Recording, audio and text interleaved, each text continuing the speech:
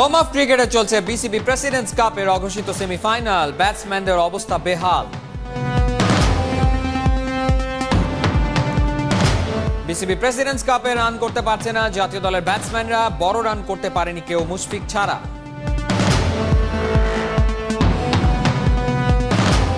শুটারদের 4টা আন্তর্জাতিক আসরে পাঠানোর সিদ্ধান্ত নিয়েছে ফেডারেশন, লক্ষ্য অলিম্পিকের প্রিপারেশন। বেস্ট 80 যদি আমরা খেলতে পারি আমাদের জন্য বিশাল অর্জন হবে। এখানে যদি ইন্ডিভিজুয়াল একজনও যদি বেস্ট 8-এ ঢুকে তাও ভালো। একজন ভারোত্তোলক আর একজন বক্সার, দুজনে মিলে গড়েছেন ভালোবাসার সংসার।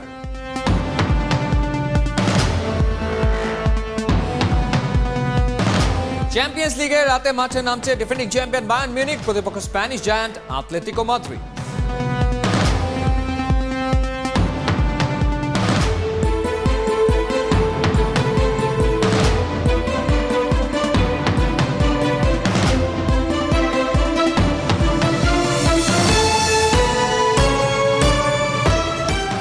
স্বাগত ৭১-এর খেলাযোগে আপনাদের সাথে আছি আমি ফাহিম রহমান। টপ অর্ডার, বিশেষ করে জাতীয় দলের যারা মূল স্তম্ভ বিসিবি প্রেসিডেন্টস কাপে, তাদের অবস্থাটা বেশ নাজুক। এক মুশফিক ছাড়া আস্থার প্রতিদান দিতে পারেননি অন্য কেউ।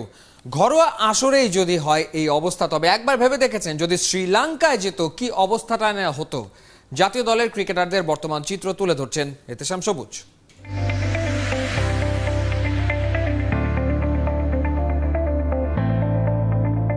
আফিফের ধারাবাহিক পারফরমেন্স কিংবা তরুণ ইয়াসির আর মুগ্ধের এমন ইনিংস আপনাকে নিশ্চয়ই মুগ্ধই করবে, কিন্তু তার চেয়েও বেশি ভাবনায় ফেলবে যখন মুদ্রার উল্টো পিঠে সিনিয়রদের দিকে তাকাবেন। বিসিবি প্রেসিডেন্ট কাপে তরুণরা আলো ছড়ালেও দু একজন ছাড়া জাতীয় দলের প্রায় সব ক্রিকেটারই নিভু জ্বলছে। এই অবস্থায় হয়তো অনেকেই বলবে ভাগ্যিস শ্রীলঙ্কা সিরিজটা হয়নি।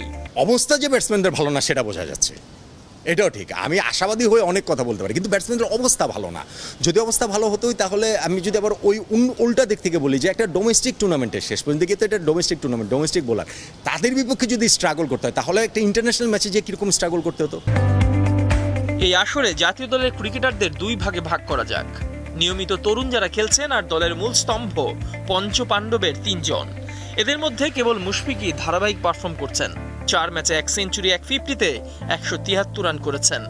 শেষ ম্যাচে মাহমুদুল্লাহর 50 ছাড়া বাকি 3 ম্যাচে বাজে অবস্থা। প্রথম 3 ম্যাচেই চরম ব্যর্থ জাতীয় দলের অধিনায়কত্ব পাওয়া তামিম।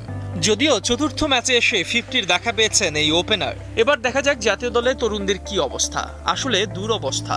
মোসাদ্দেক হোসেন 4 ম্যাচ খেলে করেছেন 57, সৌম্য সরকার সমান ম্যাচে 45। 11 গড়ে খেলা এই ক্রিকেটারের আউটগুলোও ছিল বেশ দৃষ্টিকটু। লিটন দাস তো আরও 1 রান কম, যেন খারাপ করার দৌড়ে কে কতটা পিছিয়ে যেতে পারে। জাতীয় দলের সবচেয়ে হার্ড হিটার বয় সাব্বির রহমান 39 রান করেছেন 4 ম্যাচ খেলে। এই দল নিয়ে লঙ্কা সফরে গেলে কি হতো ভাবতেই ভয় লাগে নিশ্চয়ই। যখন এতজন ব্যাটসম্যান সবাই মিলে খারাপ করছেন তখন এটা আসলে অ্যালার্মিং, আমাদের জন্য অ্যালার্মিং। এবং ট্যুরটা হয়নি, ওইখানে গেলে যে খুব ভালো করতাম আমরা, এটা আসলে জোর দিয়ে বলা যাবে না। প্রশ্ন আসতে পারে শ্রীলঙ্কার কন্ডিশন, উইকেট ভিন্ন হতো, কিন্তু লঙ্কা সফরের জন্য পূর্ণ প্রস্তুতিটাই তো নিয়েছিল বাংলাদেশ। আর একটু অন্যভাবে ভাবলে ঘরোয়া ক্রিকেটেই যদি হয় এই অবস্থা, তবে আন্তর্জাতিক আঙিনায় চ্যালেঞ্জটা নিশ্চয়ই সহজ নয়, আরো কঠিনই হতো। এতেশাম সবুজ, ৭১। বিসিবি প্রেসিডেন্টস কাপে ঠিক এই মুহূর্তে হোম অফ ক্রিকেটে ফাইনালে ওঠার লড়াইয়ে নাজমুল একাদশের বিপক্ষে লড়ছে তামিম ইকবাল একাদশ। নাজমুলদের দেয়া 165 রানের টার্গেটে ব্যাট করছে তামিম ইকবালের দল। এই ম্যাচে হারলেই বিদায় নিশ্চিত তামিমদের। শামসুল আরিফিনের রিপোর্ট। নাজমুল তামিমদের অঘোষিত সেমিফাইনালে বেশ দাপট দেখিয়েছে তৃতীয় শক্তি বৃষ্টি। 50 ওভারের ম্যাচ ঠেকেছে 41 ওভারে। টপ অর্ডারের টানা ব্যর্থতার চাপ শান্ত একাদশে। সৌম্য সরকার বরাবরের মতো আশাহত করেছেন। 165 রানের পুঁজির প্রায় সবটুকুই এসেছে মিডল অর্ডারের মুশফিক আর আফিফের ব্যাটে। মুশির হাফ সেঞ্চুরি পূর্ণ হয়েছিল আফিফের থেমে যাওয়া 40-এ। খানিক নিচের সাকসেস দুই তরুণ ইরফান শুক্কুর আর তৌহিদ হৃদয় ক্লিক করেনি। তার উপর সাইফুদ্দিনের 5 উইকেট ম্যাচের মোড় ঘুরিয়েছে। মুস্তাফিজের 3 উইকেটও বেশ দামি। ব্যক্তি তামিম আর দল তামিম দুই পক্ষেরই দেয়ালে পিঠ ঠেকে গিয়েছিল। দেয়ালে পিঠ ঠেকলে তামিম ওই দেয়াল টপকাতে ভালো করেই জানেন। নাজমুল একাদশের বোলারদের পাত্তা না দিয়ে একা হাতেই কচুকাটা করেছেন পেসার স্পিন। ৭৭ বলে পৌঁছেছিলেন 50-এ। আলামিনের দুর্দান্ত একটা বোলিং, সেটা ঠিকভাবে খেলতে পারেননি তামিম। ক্যাচ উঠেছিল দুরূহ জায়গায়। তামিমকে থামাতে গিয়ে নিজেই থেমেছেন টুর্নামেন্টের সেরা ব্যাটসম্যান মুশফিকুর রহিম। ফাইনালে নিশ্চয় মুশফিককে সুস্থ চান নাজমুল হোসেন শান্ত, ভক্তরা তো অবশ্যই। শামসুল আরেফিন, ৭১। কর্মকর্তাদের অভ্যন্তরীণ দ্বন্দ্বের দুঃসহ দিনগুলোকে পেছনে ঠেলে দেশের শুটিংয়ের নতুন সূচনার পথে হাঁটছেন বাংলাদেশ শুটিং স্পট ফেডারেশনের মহাসচিব ইন্তেখাবুল হামিদ অপু। 2021 টোকিও অলিম্পিক্সের প্রস্তুতির জন্য শুটারদের অন্তত 4টা আন্তর্জাতিক আসরে পাঠানোর সিদ্ধান্ত পাকা করে ফেলেছেন। আপাতত লক্ষ্য একটাই, টোকিওর শুটিং রেঞ্জের শীর্ষ 8-এ স্থান করে নেওয়া। উপল নন্দী রিপোর্ট। নিজে শুটার ছিলেন বলেই শুটারদের সবচেয়ে বেশি ভালোবাসেন ইন্তেখাবুল হামিদ অপু। ফেডারেশন কর্মকর্তা হবার পর দায়িত্বের পরিধি বেড়েছিল। শুটারদের আগে রেঞ্জে পৌঁছে সবকিছু দেখভাল করাটা নিয়মিত অভ্যাসে পরিণত করেছিলেন। শুটারদের অভিভাবক হিসেবে 2012 থেকে নিজের কাজগুলো নিজেই গুছিয়ে করতেন। আন্তর্জাতিক অঙ্গনে সাফল্য পেয়েছেন।